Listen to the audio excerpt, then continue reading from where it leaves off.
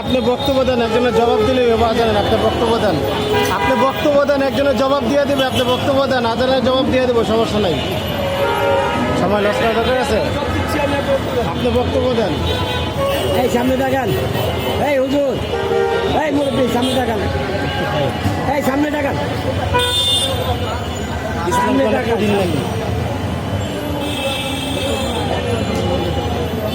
গান চালাত করাও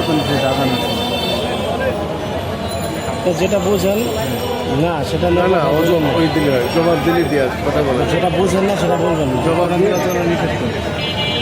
ঘুমের সময় মানুষের সামনে কোরআন তেলাওয়াত করা নিষেধ, মানুষ ঘুমাবে তখন মানুষের সামনে কোরআন তেলাওয়াত করা নিষেধ। আদানের সময় তো কোরআন, আপনি যদি আদানের সময় দিয়ে যায় চা দোকানে চা খান, সিগারেট খান, এটা খান, ওটা তো ওসব বলতে থাকেন তো অপরাধ, চুপ থাকবেন, যেটা জানবেন না। নৌপথে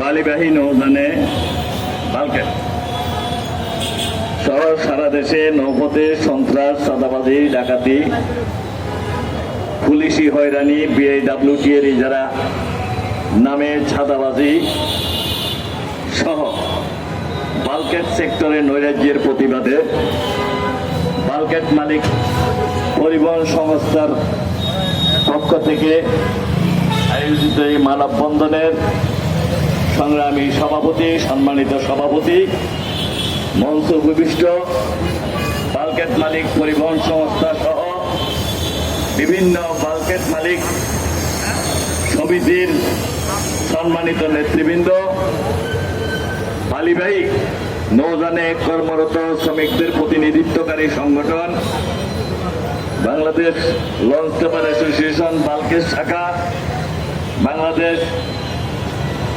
কার্গো বালকেট শ্রমিক ইউনিয়ন সহ বিভিন্ন শ্রমিক সংগঠনের নেতৃবৃন্দ, উপস্থিত অত্যন্ত নির্যাতনের জুলুম নির্যাতনে অতিষ্ঠ মালিক ও শ্রমিকদের একাংশ, প্রিয় সাথীরা, এটা অত্যন্ত লজ্জাস্কর এক বিষয় নিয়ে আমরা এখানে দাঁড়িয়েছি। মালিক সমিতির পক্ষ থেকে মালিকদের উপর যে নৌপথে সন্ত্রাস, চাঁদাবাজি, ডাকাতি, দফায় দফায় ইজারার নামে টেন্ডারবাজি এবং সন্ত্রাসী কর্মকাণ্ডের প্রতিবাদে মালিকদেরকে রাস্তায় নামতে হয়েছে। যে কাজটা আমরা শ্রমিকদের পক্ষ থেকে বারবার করে থাকি, আজকে মালিকদেরকে অতিষ্ঠ হয়ে রাস্তায় আসতে হয়েছে। আমরা ইতিপূর্বে নৌপথে সন্ত্রাস, চাঁদাবাজি, ডাকাতি, পুলিশি হয়রানি, কাগজপত্র চেকিং এর নামে হয়রানি সহ বহুমুখী সন্ত্রাসী কর্মকাণ্ডের বিরুদ্ধে সরকারের কাছে বারবার লিখিতভাবে আবেদন নিবেদন করেছি। সমস্যা সমাধানের জন্য সরকারের মন্ত্রী মহোদয়দের দৃষ্টি আকর্ষণ করে পত্র দিয়েছি। সমস্যা আলোচনার টেবিলে বসে এই সেক্টরকে একটি সুশৃঙ্খল, শান্তিপূর্ণ অবস্থানে ফিরিয়ে আনার ক্ষেত্রে সরকারকে সহযোগিতা করার মানসিকতা নিয়ে আমরা কথা বলবার চেয়েছি। কিন্তু আমাদের দুর্ভাগ্য হচ্ছে, যে লঙ্কায় যায় সে রাবণের ভূমিকায় অবতীর্ণ হয়। ইতিপূর্বে আমরা দীর্ঘদিন যাবৎ আওয়ামী শাসনের জাতাকলে পিষ্ট হয়েছি। সেই সরকার উৎখাতের পর এই দেশের সাধারণ মানুষ ধারণা করেছিল যে ফ্যাসিস্ট আমলের কার্যক্রম থেকে এই জাতি, এই দেশের শ্রমিক, মালিক সহ সকল ধরনের জনগণ সন্ত্রাস, চাঁদাবাজি, ডাকাতি, টেন্ডারবাজি থেকে মুক্ত হবে, নিরাপদ জীবন যাপন করবে। কিন্তু আমাদের ভাগ্য এতটা খারাপ, এখন যারা ক্ষমতায় এসেছেন এর আগে যারা দায়িত্বে ছিলেন জুলুম নির্যাতন করেছে কিন্তু কথা বলেছে। সাম্প্রতিক জনগণের ভোটে নির্বাচিত সরকারের মন্ত্রীরা শ্রমিকদের সাথে কথা বলতেও যেন লজ্জাবোধ করে না ঘৃণাবোধ করে আমি বুঝতে পারছি না। এই সেক্টরকে সন্ত্রাস ছাদাবাজ মুক্ত করতে হলে অবশ্যই এই শিল্পের সাথে যুক্ত প্রত্যেকটি অংশগ্রহণকারীদের সাথে আলোচনা ছাড়া এটা সুশৃঙ্খলভাবে চলতে পারে না। আমরা নৌপরিবহন মন্ত্রী বরাবরে ইতিপূর্বে সমস্ত সমস্যা তুলে ধরে চিঠি দিয়েছি। এই চিঠির দিয়েছি 2 মাস অতিবাহিত হয়েছে, পত্রের কোনো জবাব পাইনি। আমরা নৌপরিবহন অধিদপ্তরের মহাপরিচালক BIWTA নৌ পুলিশের প্রধান এডিশনাল আইজি সহ সকলের সাথে দফায় দফায় বৈঠক করে সমস্যাগুলো তুলে ধরেছি। আন্তঃমন্ত্রণালয় পর্যায়ে মিটিং করে এই সমস্যাগুলো সমাধানের কথা বলেছি, কিন্তু ছোড়া ধর্মের কাহিনী শোনে না। সাম্প্রতিক BIWTA মোরিং চার্জের নামে যা অতীতে কখনো ছিল না, এরকম নতুন নতুন টেন্ডার দিয়ে নতুন নতুন চাঁদাবাজির ফন্ড খুলছে। মুন্সিগঞ্জ, মুক্তারপুর সহ বিভিন্ন নৌহতে ওদের ইচ্ছা মতো টেন্ডারের দর বাড়াচ্ছে। জাহাজ নঙ্গরে থাকলেও নাকি প্রতিদিন 500 টাকা করে BIWTA টোল না সন্ত্রাসী চাঁদা দিতে হবে। এরকম খামখেয়ালিপনা কোন অবস্থাতে চলতে পারে না।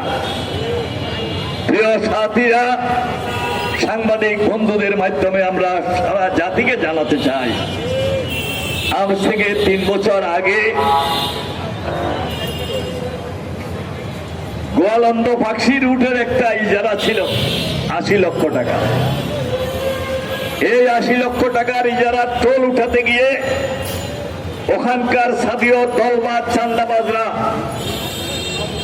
নৌ শ্রমিক সহ মালিকদের উপর একতরফা কর আরোপ করলে আমরা এর প্রতিবাদে মালিকরা শ্রমিকরা ওখানে আন্দোলন করে সংগ্রাম করে প্রতিবাদ করে মানববন্ধন করে BIWTA চেয়ারম্যানের সাথে দফায় দফায় বৈঠক করে সমস্যার সমাধানের চেষ্টা করি।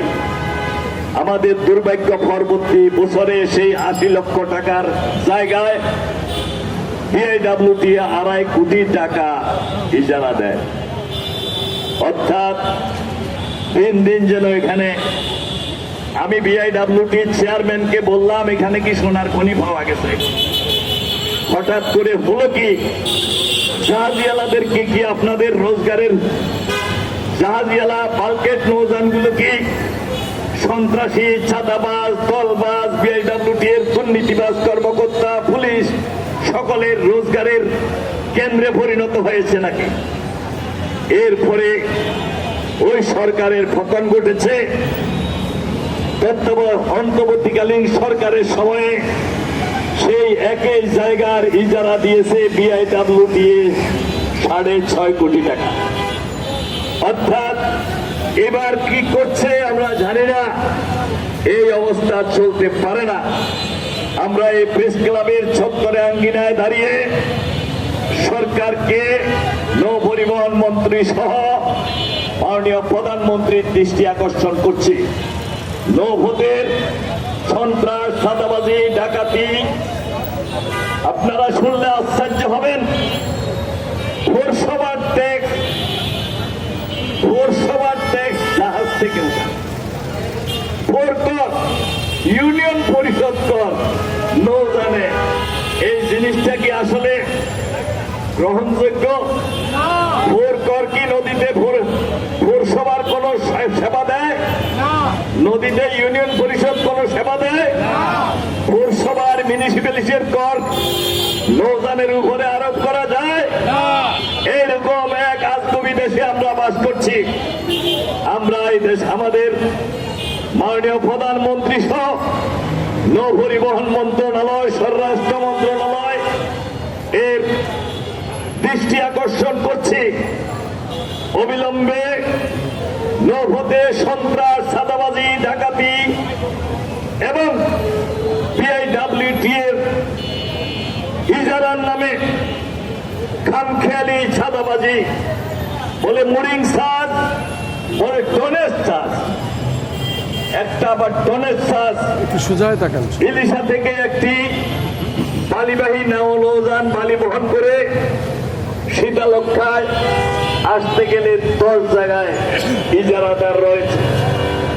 প্রত্যেক জায়গায় ডোনেস চার্জের নামে চাঁদাবাজি হয়েছে।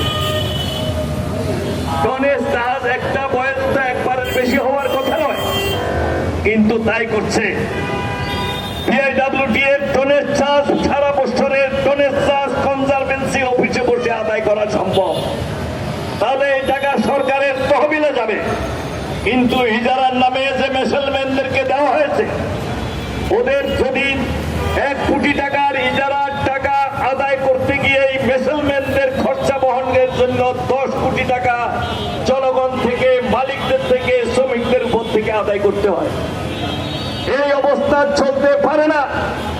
আমরা অবিলম্বে নৌপরিবহন মন্ত্রী, স্বরাষ্ট্রমন্ত্রী সহ আন্তঃমন্ত্রণালয়ের মিটিং ডেকে নৌপথে সন্ত্রাস, চাঁদাবাজি, নৌপরিবহন অধিদপ্তরের অনিয়ম, বিআইডব্লিউটি এর টেন্ডারবাজির নামে চাঁদাবাজি বন্ধের কার্যকর পদক্ষেপ গ্রহণ করার দাবি করছি।